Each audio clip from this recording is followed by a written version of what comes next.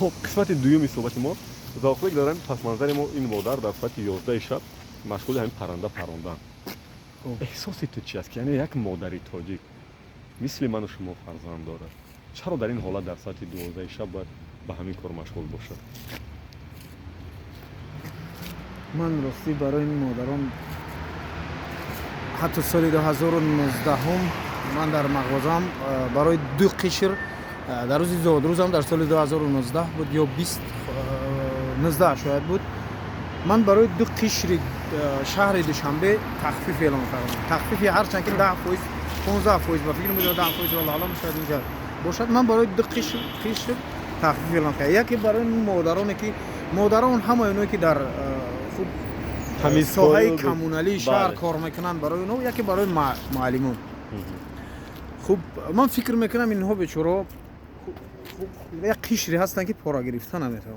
چرا اقتصاد ما در این دوام 30 سال استقلال تا این سطح نرسید که یعنی این کار باید یک تکنیک کنه دیگه آدم نکنه؟ پرنده شاید تکنیک نمیکنه. چی خیلی لازرو رو میتونیم ما در همین شهر دهها تمام و این کارو ترتیب کرد خودت. لازرای تکنیکی این اصلی بیشتر کس نه خواهم تکنیک نباشه که پرنده را پروندن نتونه. من هر چی که درباره اینا فکر میکنم نمیدونم. این خوب من با یک مستفیدش حتی صحبت کردم یک بار گفت که 70 چند ساله هست والله الان در همین فیسبوک من هست.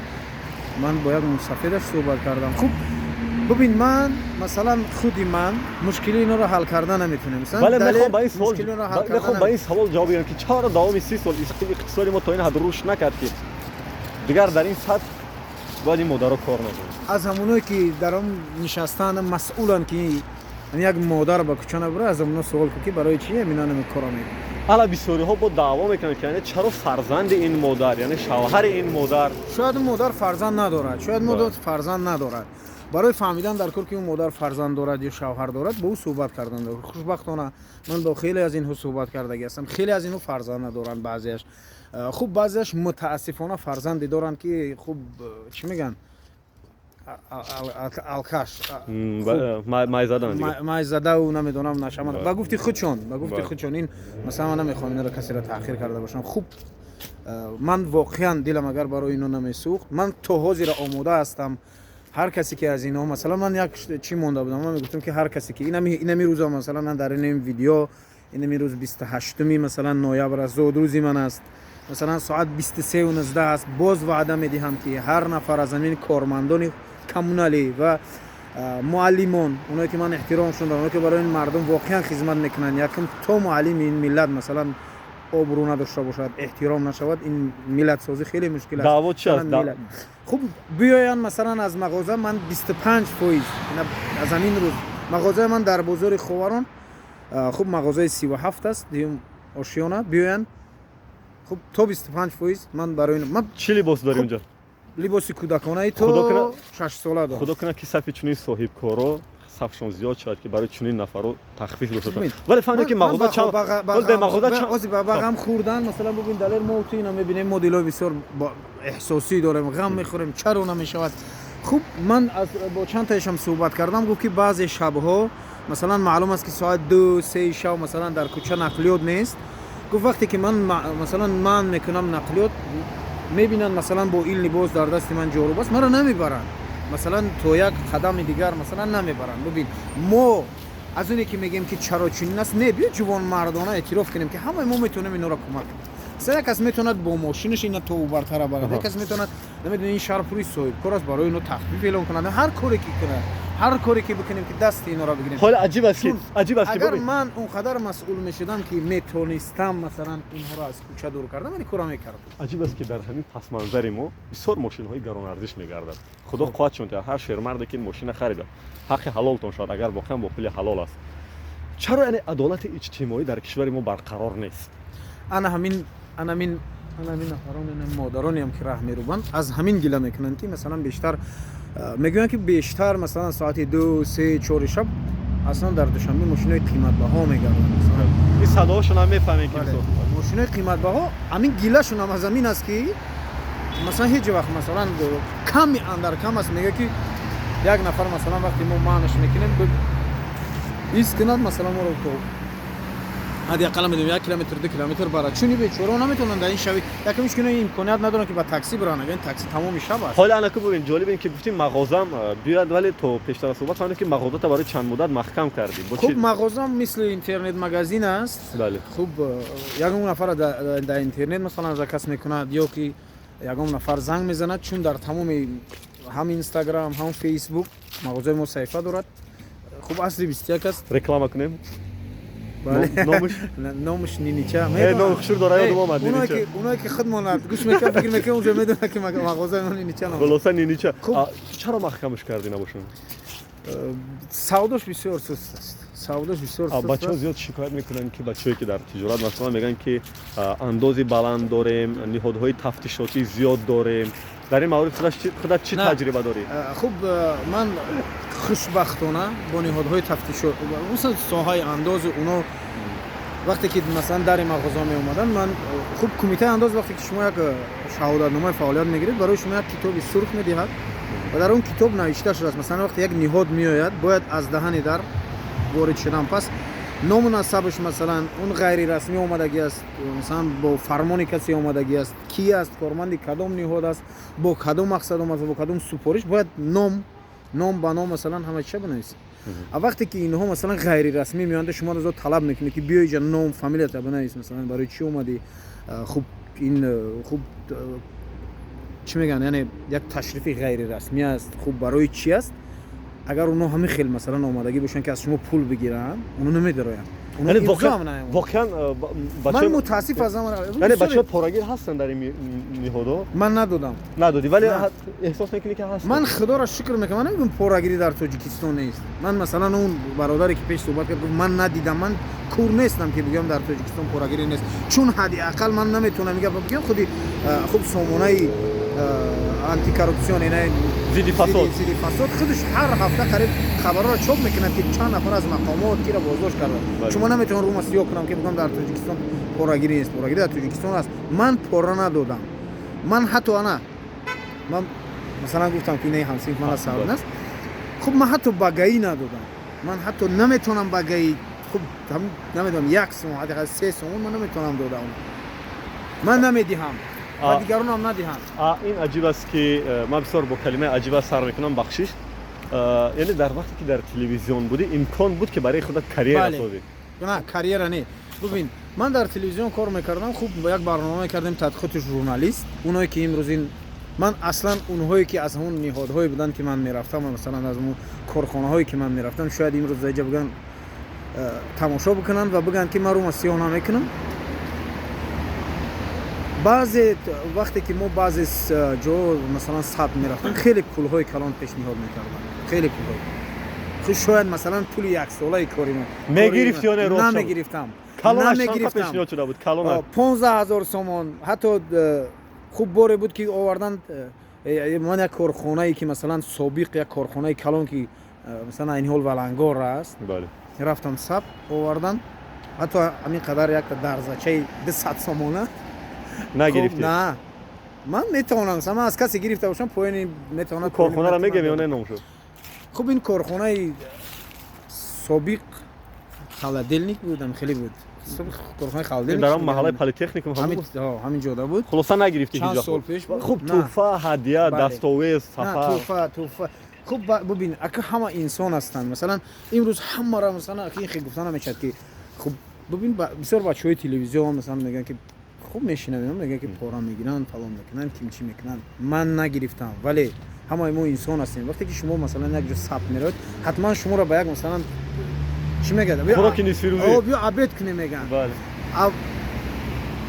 اونهایی که برنامه‌های تحقیقاتی بود مثلا مردم ما دا مکتوب کردگی بود و ما با دعوت مردم رفته بودیم ما با جانبی مثلا چی میگه جانبی که اونا دعوا داشتن یعنی ما از جانب اینها بودیم با اونها نمیشیشتیم مثلا برای که مردم فکر نکنن که ما را خریدن از صحبت‌های اختصاصی کمی دور میریم اگر هر موضوعی که خشد نامد بگو ما صحبت نمی‌کنیم نه یک گروهی من میتونم جواب ندهم یک گروهی هموطنای ما با هر دلیل حال بیرون از کشورم و در اروپا در گروه‌های برنامه‌های مستقیم دارن در شبکه‌های یوتیوب که گاه ویدیو آنونساش میبرد و ما می‌خواهیم نمی‌خواهیم از پیش رو دیگه میبره یوتیوب یعنی برخوردی бачаҳои ҳукумат, бачаҳои мақомот бо онҳо хеле тезу тунд аст.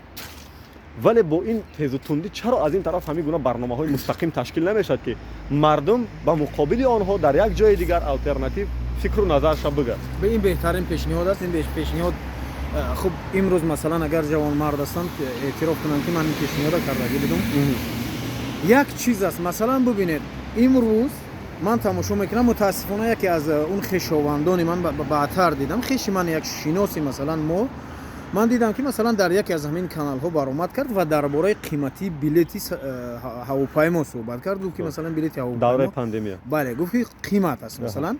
خب اون بیچاره واقعا شاید نمیدونه که از چی منبر، مثلا ببینه این منبر خب طریق سود، مثلا سودی مثلا جمهوری تاجیکستان، سودها، سود عالی، این سایت ها، سامانه ها مثلا افرادگرایی و تروریستی اعتراف شدن، یعنی در برآمد کردن طریق اونها خودش مثلا برآمد کردن از یک رسانه، از این منبری یا افرادگرایی است. خب ولی متاسفانه مردم ما خب دیگر منبر ندارن، نمیدونن در کجا صحبت کنن و قانون وقتی که نمیدونن، وقتی نمیدونن این چی منبر است برآمد میکنن و بالاشون شاید مشکلی میشه. و ما پیشنهادم کردیم که بیاید برادران گرامی مثلا خوب اونهایی که نمیدونن کسی را داشنا میکنن در این سایت ها، کدام رهبر را داشنا میکنن، کدام وزیر، این بحث خودشون. ولی وقتی که یک تاجیکی بیچاره از یک مشکلی خودش، مثلا از یک مشکلی که خب کدام یک رئیس حکومت زمینش گرفته است، نمیدونم کدام یک رئیس جماعت نمیدونم یگان شتش زده، خب بعضی خب مشکلات اجتماعی اینها منبری در همین داخل یک منبر ندارن که برآمد کنن. ببین مثلا این منبر میتونه خودت بسازی، منبر میتونه من بسازم، ما فقط مثلا سر و کار بگیریم بعد همین مشکلی های داخلی، مثلا کس میتونه درباره قیمتی بلیت هر چیزی که مثلا خوب شرکت های بلیت فروشی را میگه اگر تحقیرش نمیکنن بگذار بگه، یا مثلا از بالای رئیس ناحیه‌اش خلاص خودم جانبدار اینجا باشه کشاده شود باشد به خاطر اینه که مثلا خوب یک شهروند ما از نادانی، خب اونایی که مثلا بحث‌های سیاسی میکنن درباره مثلا خوب رهبریت گپ میزنن چی میکنن، اینو میدونن که در کجا برآمد میکنن، یعنی اونو علکی میدونن که در کجا برآمد. ولی متاسفانه اینهایی که نمیدونن، مثلا ببین یک مهاجری بیچاره که تمامی مثلا اون مشکلی ها اون فشرده میکنه در روسیه و از این طرف از اون طرف و دیگه نمیدونن، نمیدونن که رسانه ممنوع است. ببین آخرین چیزی که برای که وقتمون متاسفانه در قسمت دوم هم کم بود، ما 17 دقیقه وقت داریم در قسمت دوم. اینو میخوام فهمم که من دائم به همه همصحبتام اینو میگم، یعنی تاجیک از اول از یکدیگر دشمن ساخت، یعنی چرا با این برادران نشد دیگر سر میز مذاکرات نشست و یک کشوری نمیدونم گوناگون اندیش و یعنی گوناگون شمول باشد بخاطر در میان حکومت نماینده همه حزب و حرکت ها باشد. خوب اکنون بعضی سوال های هست میگم که مثلا اگر برای من باشد خوب در این چی میگه من یک کشور خیلی خرد، یک سرزمین خرد هستیم، یک کشور خیلی اهالیمون هم خرد است، مثلا با این قدر شاید این چی میگه با یعنی هیچ چی نباشه، مثلا برای اینها احتیاج هم نباشه، برای مثلا از ما هر تو در خردترین مشکل چی میگه خردترین مسئله حتما ببین با دو قسم جدا میشه، یعنی عادت کردگی هستیم که در خردترین مسئله این حالی که مثلا کسی اینی که مثلا یک قسم در خارج هستن و یک قسم در داخل، اینا خب اینا از سیاست‌های بزرگش بگذره مکن، اینا که مثلا اینا سیاست میخوان کرسی حالی را میخوام، ولی ما همین خیلی شیدیم که متاسفانه که در خردترین بحث سر میکنیم در فیسبوک و حتما میریم خب بعدشون دیگه چرا ما با هم متحد نشیم؟ چرا ما متحد نشیم با هم؟ خب متحد شیم که خوب است، ما میخوایم که متحد باشیم، اونایی که نمیخوان، یک کس نمیخوان. ببین من مثلا من میخوام قطعا همه دوست باشم، هیچ کار شوم نمیبینه، من برای من محلی هیچ که احتیاج، من هیچ وقت هیچ دوست از کدوم از کجای نپرسیدم. اگر واقعا مثلا تو یگم نمیدونم اگر یگم نوحیه رفته باشم پرسیده باشم این خانه شما در کجا، برای من محل شخصیت یک انسان مثلا اعضای کدوم حزب بودنش مهم نیست. وقتی میگوید که میخواهد برای ملت خدمت کند، میخواهد از این سرزمین از این وطن دفاع کند، فرق نداره که اون کی است. اون برای من یک تاجیک است، من هیچ کار بد ندیدم، من اختلاف نداشتم و میخوام که هیچ کم دیگری بد نبینیم، اختلاف نداشتیم، از یک دیگری نترسیم. ببین از من بعضی ها میترسن، نمیدونم برای چی از من میترسن بعضی ها.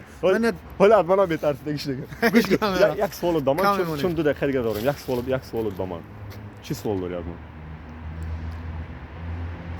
من خوب حال خسته نشده.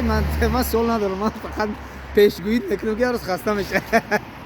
نه خود ما به همین هدف برسیم که دیگه خسته شیم. یعنی با فکر میکنیم که با شمار ما زیاد شود. متاسفانه گوش نمیکنن مردم. گوش میکنن. مردم فقط گوش میکنن. مردم فقط گوش میکنن دیگه تمام گوش میکنن. حضرت بیدل میگه که حضرت بیدل یک خوب یک دوایتی خوب داره. حضرت بیدل میگه که زمانه کجمنشان را به برکشد بیدل، هر آن که راست بود خار چشم افلاک است. از عاقبت به نزدیکی از حافظ یک شعر میخواند. خواجه حافظ سرود میخواند که اون شادروان قربان علی عبدالله پیش از مرگش خواند. دو جمله همراه بخون که به نزدیکی میخواست سرودش کنه. دو جمله شب. خب من یک سرود کی خوانده است. من اولی با بعضیا میگه مولا با این طرف گذاشته. متاسفانه نمیدونم. من خوب من نمیدونم در کجای دعوای ملاگی هم نکنم. بیا سرود بنویسم. نه دعوای ملاگی نکنم همین. نه دو این سرود من نمیدونم تو کجا شعر سعدی است. این سعدی میگه که خوب یک مصرعش فقط باید ماست. میگه که سعدی که ای دل صدای مرگ تو را هم رسیدنی است. خوب بسیار مثلا یک چه نمیگه هوشداری که مثلا قربانی عبدالله چند روز پیش از که چند ماه پیش از مرگش در خانه‌اش خونده است، تو پست است، سو محفول شد. من خوب میخوام که اونا یک بار بازخواند کنم. خدا کند که یک روز بابای ذوقی با بابای دلیر و بابای ساردین پیش در 70-80 سالگیشون در همین خیابان ان شاء الله هست با اینترویو داشته باشیم ان شاء الله. و آخر سخن در یک جمله اینا در مرکز شهر بشه. بیا خیلی بستیم. برای بچه‌ها که مخصوص اینجا میان ذوقی بگ انتخاب کرد. خوب از فرصت استفاده میبرم. این روز خوب زود روز داشتم. خدا را شکر خیلی از برادران هم طریق پیامک‌های SMS هم در فیسبوک هم در ایمو نمیدونم هم در هر کجایی که مثلا در حق مادر من دعا کردن، از یک و یکشون اظهار سپاس میکنم. 50 ثانیه داریم. همیشه فکر کنند که در این وطن یک برادر دارن. هر مشکلی شد مثلا من اگر پولی کسی را کمک کردن نمیتونم، 4-5 دارم که انشالله هنر دارن. هر مشکلی هر خود یک برادر شما دارید، فکر کنید یک دودر داره، یک برادر داره که در هر مشکلی تو میتونید مرا دعوت کنید، ما در کنار شما بیام راست است. سلام شما امروز زود روز یک جا قید کردیم از یک کنسرت زیبا با هم نشستیم. دلیر تشکیل شد بچه‌ای که در شبکه‌های اجتماعی را میبینن خواهش میکنم ویدیو رو هر جا که باز نشر کردیم خواهش میکنم از مؤلف یا از ذوقی بگ اجازه پرسین به هیچ وجه از دلیر اجازه پرسین. من میخوام که باز نشر کردم بگیرید. نه از من اجازه پرسین به هیچ وجه این ویدیو را کوتاه کرده در هیچ جا نشر نکنید. اگر میخواین کلا هم نشر کنین از ما یک بار اجازه پرسین. زنده باد صلح و آرامش در روی دنیا و در تاجیکستان ان شاء الله. همین آرامی که عین حال است خدا کند که همین آرامی در کشور همیشه باشه. در سراسر